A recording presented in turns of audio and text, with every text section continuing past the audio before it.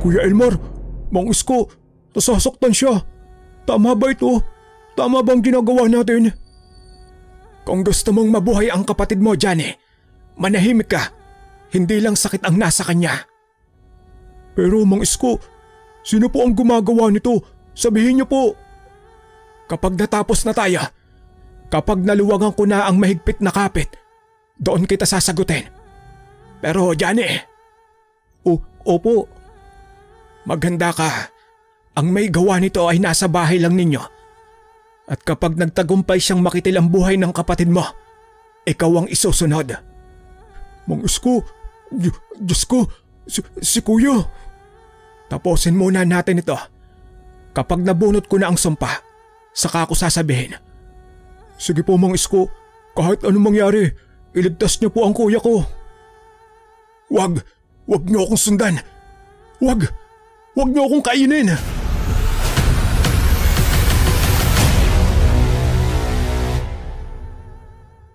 Ang kwentong mapapakinggan natin sa araw na ito ay mula sa tunay na buhay. Karanasan ito ni Elmar.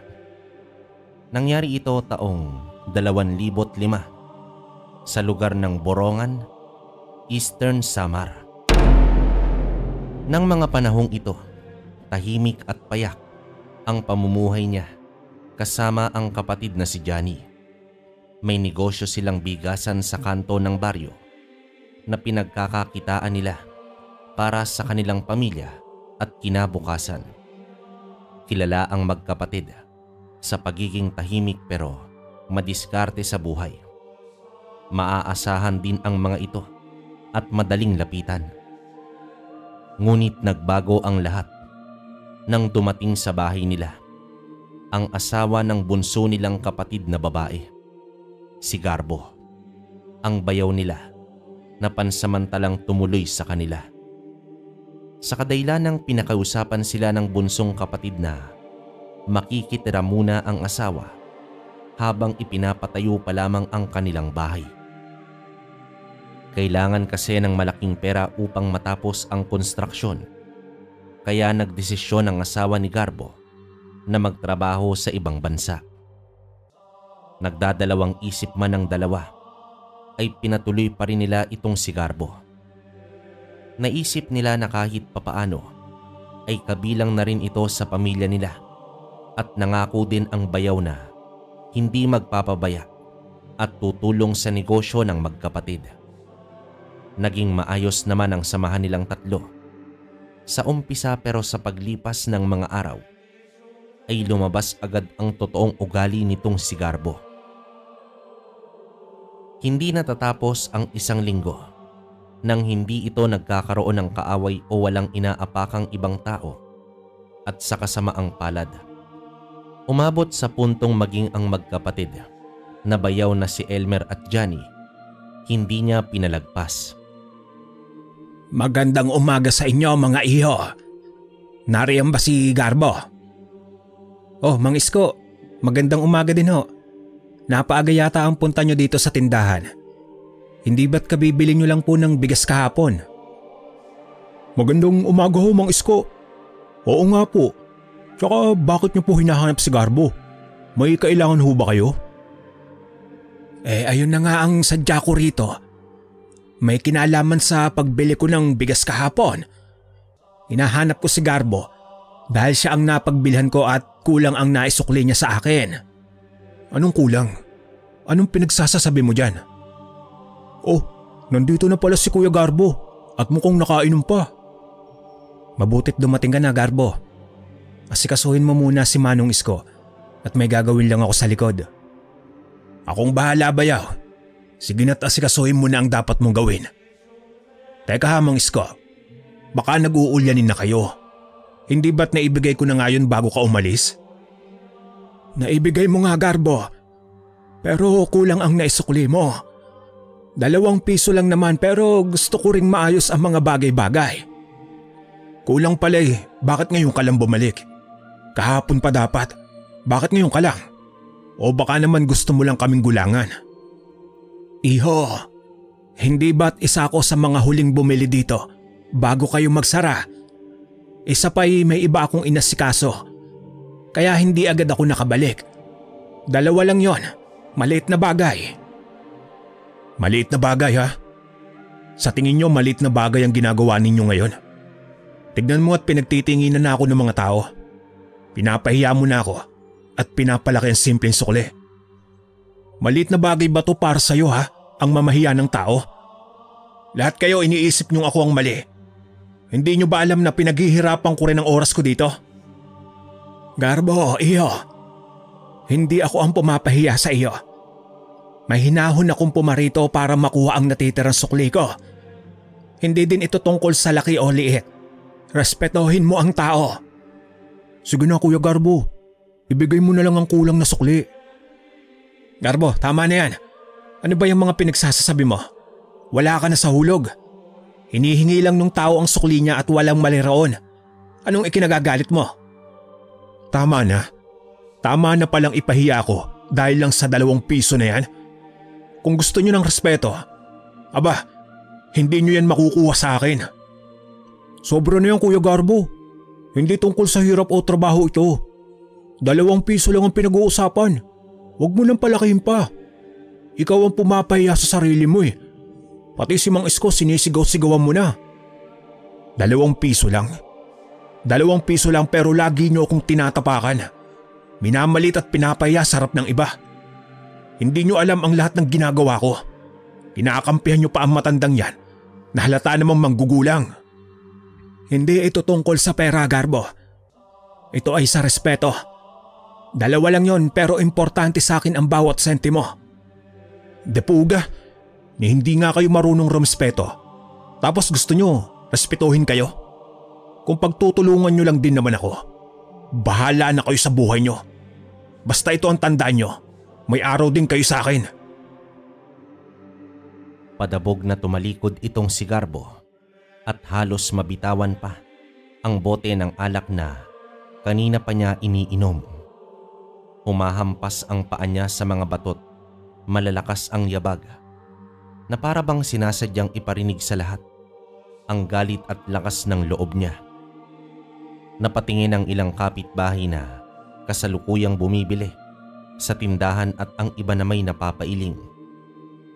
Naiwan ang paligid na may bahid ng tensyon at ang tindahan na kanina'y maingay ay biglang naging tahimik dahil sa ginawang pagsisigaw ni Garbo. Si Elmar ang unang nakabawi kahit kita sa mukha niya ang hiya at pagkadismaya sa nangyaring pag-aalboroto ng bayaw. Hindi nila mapigilang humingi ng despensa sa mga taong nakakita at nakarinig sa ginawa ni Garbo. Alam nilang responsibilidad nilang panatilihing magaan at maayos ang tindahan pero dahil sa ginawa ng bayaw niya, tila natakot at nagkaroon ng pangamba ang ilang mamimili nila. Maging ang simpleng pagbugha ni Mang Isko ng hangin ay dama nila bilang bahaging pagkadismaya kahit hindi ito nagsabi ng kahit anumang reklamo. Pasensya na po kayo Mang Isko sa abala. Nakainom lang po yata ang bayaw namin pero hindi naman po siya ganito palagi. Naku Elmar, palagi nga siyang ganito eh. Akala mo kung sino.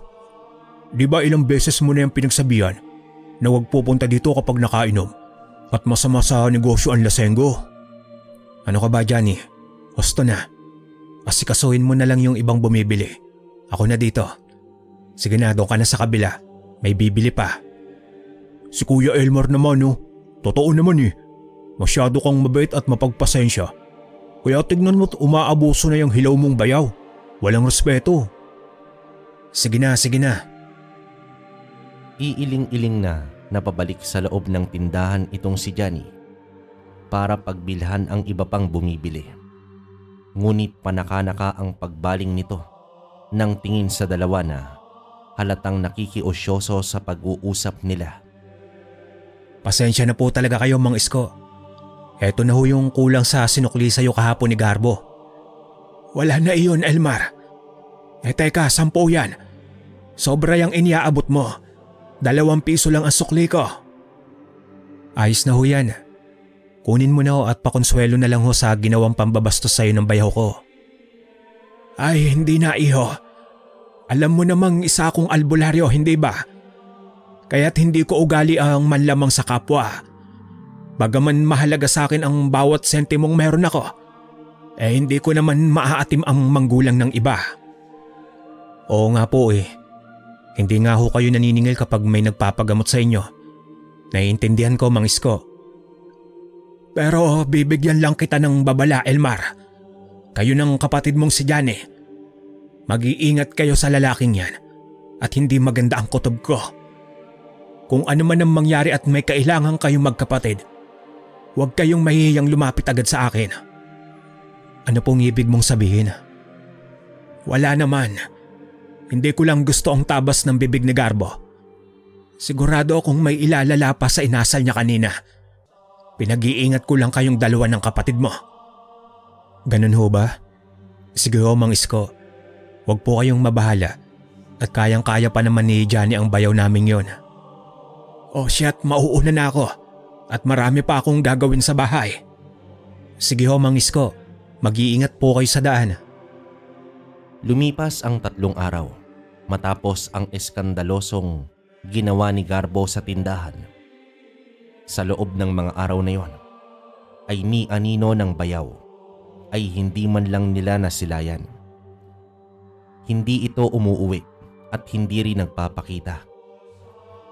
Inakala ng magkapatid na baka tumuloy muna sa mga barkada niya sa kabilang purok kung saan malakas ang sabungan dahil sugarol ito. Nung una, wala silang pake. Mas mabuti na ngang wala ito sa bahay nila dahil tahimik at walang taong palaging aburido. Pero kahit papaano, meron pa rin konting pag-aalala, lalo na kay Elmar dahil asawa ito ng kapatid niyang nasa ibang bansa. Pagdating ng ika-4 na araw ay saka pa lamang umuwi itong si Garbot, pasado 7:00 na ng gabi yon. Habang tahimik na naghahapunan ang dalawang magkapatid, ay biglang bumukas ang pinto ng bahay at pumasok ang bayaw nila. Malapad ang pagkakangiti nito na may bitbit bang mga supot na naglalaman ng mga pagkain. Hindi may paliwanag ng magkapatid kung bakit parang ibang-iba ang ikinikilos ng bayaw nila. Maaliwalas ang mukha nito't hindi amoy alak at napakalinis kumilos na parabang hindi siya yung lalaking nagyabang at nagwala sa tindahan ilang araw lang ang nakakaraan. Tumayo ito sa may kusina at inayos ang mga pagkain laman ng supot. Ngumiti pa sa kanilang dalawa. Isang ngiti na hindi nila nakasanayang makita. Oh, mga bayaw. Pasensya na pala sa mga nagawa ko nung nakaraan. Hindi maganda ang pakikitungo ko sa inyo. Pagod lang at mainit ang ulo ko. Alam kong mali ako. Kaya sana ayos na tayo. Wala na yung Kuya Garbo. Ang mahalaga ay naayos na. Ayos lang. Basta wag mo na lang uulitin. Uulitin? Ay nako. Nako, hindi na talaga no. Kakahiya ang ganun at nakakabastos din. Asahan ninyo at hindi na talagang mangyayari yon. Ano? Tara, pagsaluhan natin tong dala kong pagkain. Nagpadala na si Mrs. Kaya naisip kong bumili ng masarap para makakain naman tayo. Uy, talaga ba? Mukhang masasarap nga yung binili mo, kuya. Salamat at naisip mo kami ni Kuya Elmar. Nako, wala yun. Sige na't pagsaluhan na natin ito. Nagbago ang ihip ng hangin sa loob ng bahay. Ang dating laging maingay at puno ng reklamo't boses ni Garbo, naging tahimik at parang walang nangyari. Pero sa likod ng lahat ng yon, doon nagsimula ang totoong kaba at kalbaryo nilang dalawa. Sa mga sumunod na araw, habang tila naging mas mabait itong si Garbo, ay si Elmer naman ang may kakaiba ng nararamdaman. Nung una, simpleng pagkamanhid lang ng batok. Tapos ay parang may biglang lamig na dumadaloy mula batok pababa sa gulugod niya't parang dinadaganan ang likod niya tuwing umuupo siya kahit saglit lang.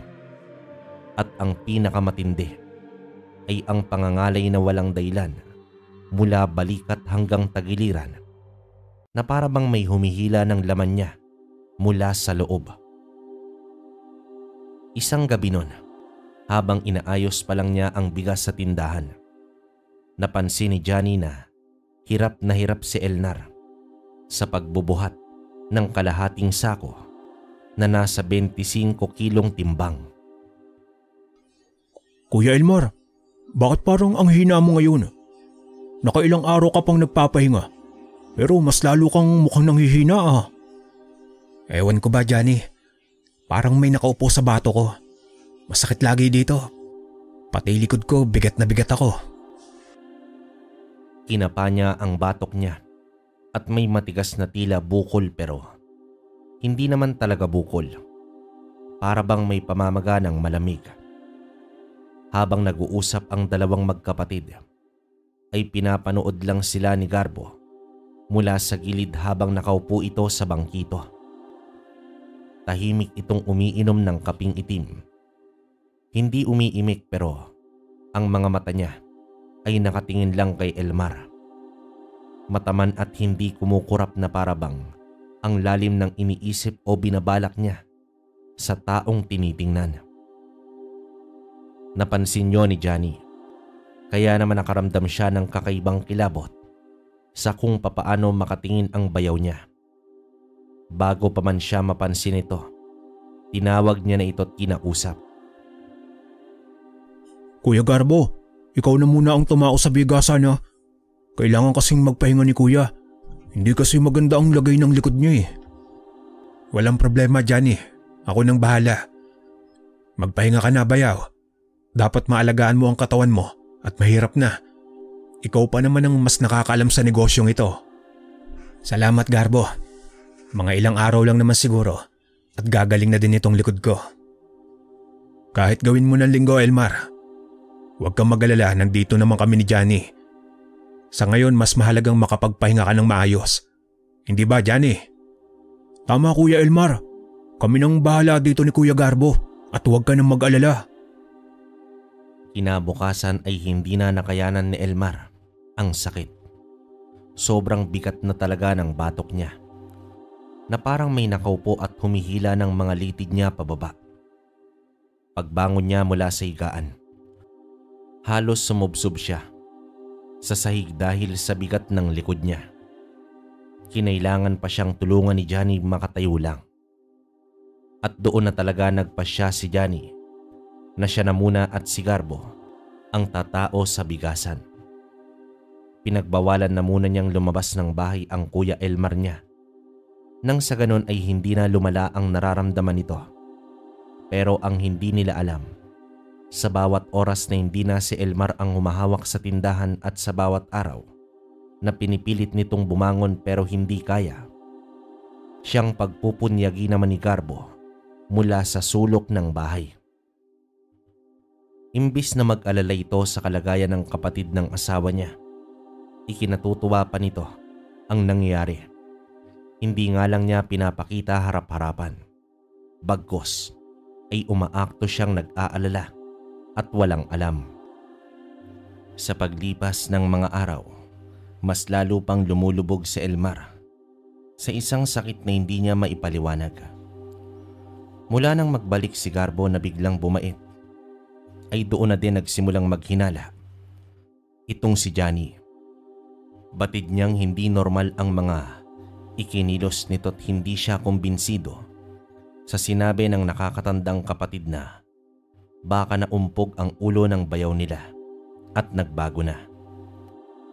Sa unang linggo pa lang ay napansin na ni Johnny na may kakaibang pangingitim na tumutubo sa mismong batok ng kapatid niya. Hindi iyon parang normal na dumi o kaping nalagyan lang ng pawis. Matingkad ang kulay nitong itim at paikot na parang marka ng namuong pasa. Bawat araw na lumilipas ay palalim ng palalim ang kulay nito at kumakalat sa leeg. Sa tuwing tatamaan naman ng liwanag ay nagmumuka itong nangingintab na parang basang uling na pilit tinatago ng balat. Ano yung nasa batok mo, kuya? Kanina ko pa tinititigan. Parang iba na ang itsura. Ba't parang mas umiitim pa ngayon? Wala yan, Johnny. Baka nunal lang yan na lumalaki. Huwag mo nga akong titigan na parang multo. Nakakairita eh. Nunal agad? Ang nunal hindi nagiging mukhang basang uling. Tignan mo oh. Nangingintab pa sa liwanag. Hindi normal yan kuya. Magpatingin na tayo sa ospital bago pa lumala. Ospital agad? Gastos lang yan, Johnny eh. Sayang ang pera. At paparating na ang taniman natin ng palay. Kailangan pa nating bumili ng binhi. Ano? Maglalabas tayo ng libo-libo para lang dito. Mas mahalaga ang kabuhayan natin, Johnny. Tsaka kaya ko pa naman. Kaya mo pa? Umiitim na nga at kumakalat na sa leg mo yan, kuya. Araw-araw mas lumalaki. Paano mo sasabihin kaya mo pa? Di kapag lumala tsaka na tayo pumunta. Ngayon hindi pa kailangan. Tsaka baka pantal lang yan. At nawawala na din naman ang sakit ng leg ko. Sa susunod na araw, babalik na ako sa tindahan. Kung pantal di dapat namumula. Pero itim yan, Kuya Elmar. Itim na parang may kung anong nakakulapol sa loob ng balat mo. Tignan mo oh. Parang nakaukit pa ang gilid. Nakita mo? Parang may pabilog. Ay nako Johnny. Pinaglololoko mo talaga ako kahit kailan eh. Paano mo makikita nasa bato ko nga. Dami mong sinasabi eh. O siya, kapag hindi na ako makatayo, tsaka tayo pupunta. Sa ngayon, maayos pa naman ako. Huwag mo nang dagdagan ng problema ko. Hindi ka talaga nakakatulong sa sarili mo minsan. Hindi to yung tipong sakay na lang bukas kuya. Hindi ako mapapalagay nito. Mula nung 1 linggo pa, iba na talaga ang itsura. Paano kung sintomas ito ng kung ano? O baka nakulam ka pa? Ano ka ba, Johnny? Huwag kang magbitiw ng ganyang salita. Kulam. Naknanteteng naman. Tigil-tigilan mo nga ako. Hindi ko namang sinasabing naniniwala ako agad. Pero iba na talaga ang nararamdaman ko dyan eh. Katawan ko ito. Kaya ako ang mas may alam. Hindi ako pupunta ng ospital hanggat kaya ko pa. Lalo na ngayon, wala tayong panggastos. Binihi muna bago doktor. Naiintindihan mo? Baka kapag nagpunta tayo sa doktor, bukas makalawa malugi na tayo sa tindahan.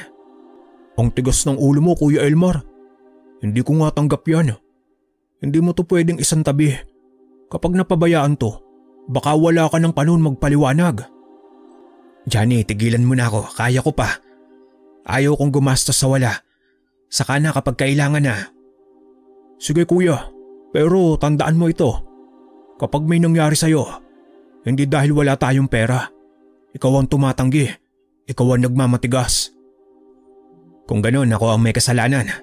Ganun ba ang gusto mong palabasin? Ayoko nang away. Gusto ko lang hindi ka mamatay sa katangahan. Hayaan mo na lang ako. Trabaho muna. Wala tayong mapapala kung takot ang uunahin mo. Hindi ako takot. Nag-aalala ako. Magkaiba yun. Dahil naman sa pagmamatigas ni Elmar na magtungo sa ospital para magpatingin sa kakaibang nararamdaman niya sa katawan, ay mas lalo pa nga itong lumala ng isang umaga. Habang mahimbing pa siyang natutulog ay kusa na lang tumulo mula sa sulok ng bibig niya ang laway na tila may halo. Agad naman siyang nagising at inakalang normal na laway lang ang lumalabas sa bibig niya. Maagap niya pa itong pinunasan hanggang sa tumingin siya sa salamin at nakita niya ang manipis na guhit na parang mahabang hibla. Halos kasing nipis ng sinulid na nakadikit sa dila at kumakapit sa gilagid niya na parang nabubuhay. Iniluwal niya ito at pilit na hinugot pero mas lalo lang humahaba.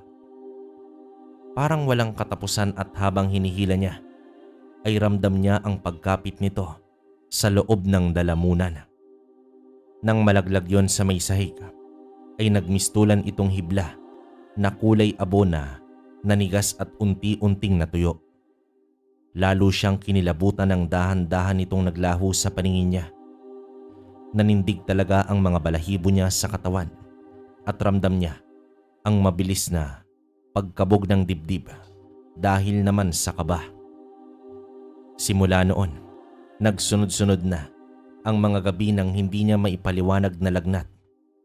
Tuwing mismong hating gabi, eksaktong oras na tahimik ang buong baryo, ay bigla na lang tataas ang init ng katawan niya. Sa sobrang taas ay parang may nag-aapoy sa loob ng dibdib at likod niya.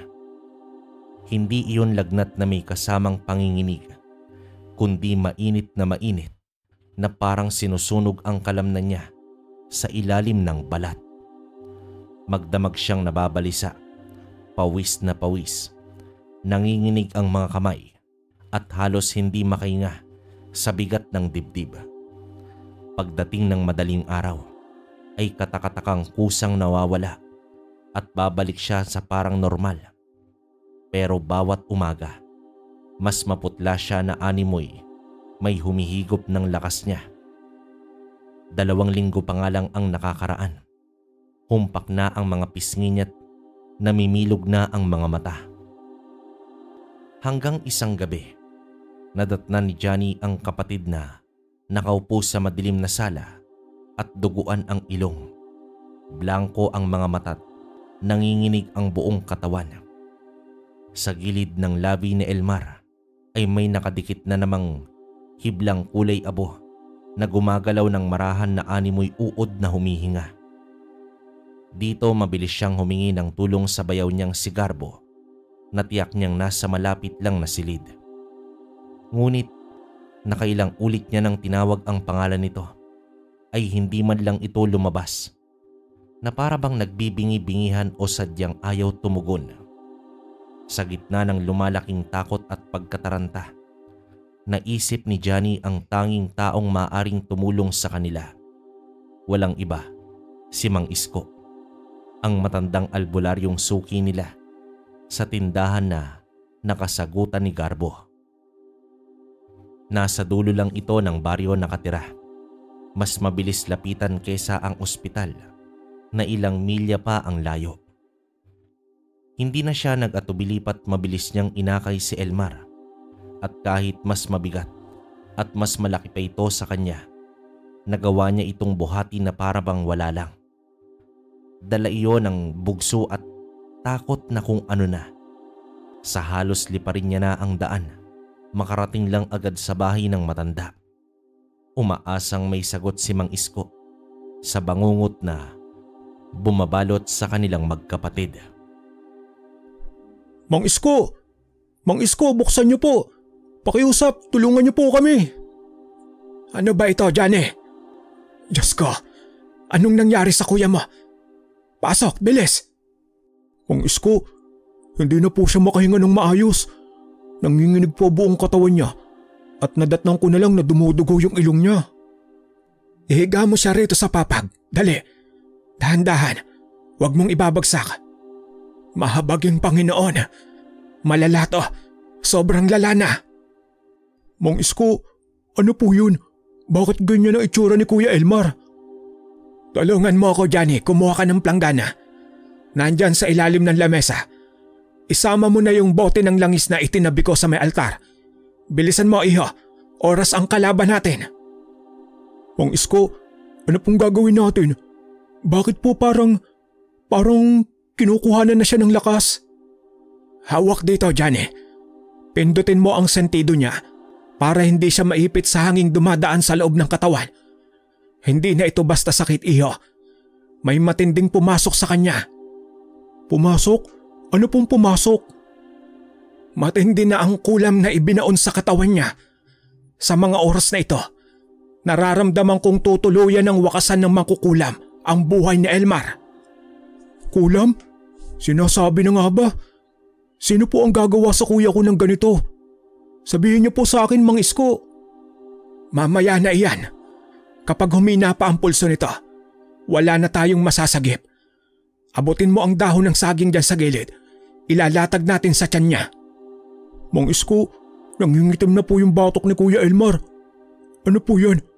Hindi ko na po alam ang gagawin ko. Tahimik ka lang, Johnny. Huwag kang pipitaw. Makakaya nating sagipin ang buhay ng kapatid mo hanggat may tiwala tayo sa kataas-taasan. May kumakain na sa loob ng laman niya at hindi tayo pwedeng maunahan ng takot. Mang Isko, kung may kumukulam po sa kanya, sasabihin niyo po sa akin, di ba? Hindi ko po hahayaang mamatay ang kuya ko. Sabihin niyo po kung sino. Hawakan mo ang ulo niya. Matindi to. Mag-uumpisa na ako at kapag gumalaw siya, huwag mong bibitawan. Opo, Mang Isko. Sige lang po. Gawin niyo po ang lahat. Aba, Ginoong Maria. Napupuno ka ng grasya. In nomine. O Johnny, lakasan mo ang hawak mo. Nagwawala na ang laman niya sa loob. Nagsimula ulit sa pagbigkas ng malalalim at matatalinhagang orasyon ng matandang albularyong habang nakalapat ang palad sa dibdib ni Elmar at para bang may dinudukot ito roon. Puno ng tensyon ang buong paligid dahil sa kabat-takot na bumabalot kay Johnny. Tuloy-tuloy ang pagtulo ng luha nito habang pinagmamasdan ng kapatid na putol-putol na ang paghingat, napapangiwi dahil sa sobrang sakit at kirot na nararamdaman. Sa kalagitnaan ng gamutan, nagsimulang magwala si Elmar at unti-unting umaangat ang katawan sa papag. Kumapit ng maigpit si Johnny sa braso ng kapatid habang si Mang Isko naman ay minamadali ang mga dasal. Kuya Elmar, Mang Isko, nasasaktan siya. Tama ba ito? Tama bang ginagawa natin? Kung gusto mong mabuhay ang kapatid mo, Johnny, manahimik ka. Hindi lang sakit ang nasa kanya. Pero Mang Isko, sino po ang gumagawa nito? Sabihin niyo po. Kapag natapos na tayo, kapag naluwagan ko na ang mahigpit na kapit, doon kita sasagutin. Pero Johnny. Opo. Maganda ka. Ang may gawa nito ay nasa bahay lang ninyo. At kapag nagtagumpay siyang makitil ang buhay ng kapatid mo, ikaw ang isusunod. Mang Isko, Diyos ko, si Kuya. Tapusin muna natin ito. Kapag nabunot ko na ang sumpa, saka ako sasabihin. Sige po Mang Isko, kahit anong mangyari, iligtas niyo po ang kuya ko. Itinuloy ulit nito ang pag-oorasyon at matapos ng huling dasal, lumabas mula sa bibig ni Elmar ang napakahabang sinulid na kulay abo na parang sinulid ng sako ng bigas. Pagkabagsak ng hibla sa may sahig ay nagliyab ito ng walang apoy at nawala na parang usok.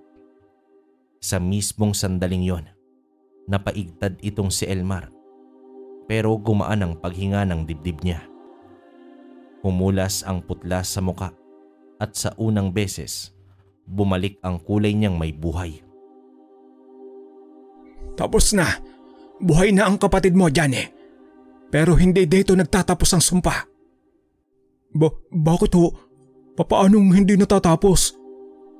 Kapag ganito kalakas ang kulam at pilit natin binaligtad, sa pinanggagalingan ito babagsak. Ibig pong sabihin? Tama.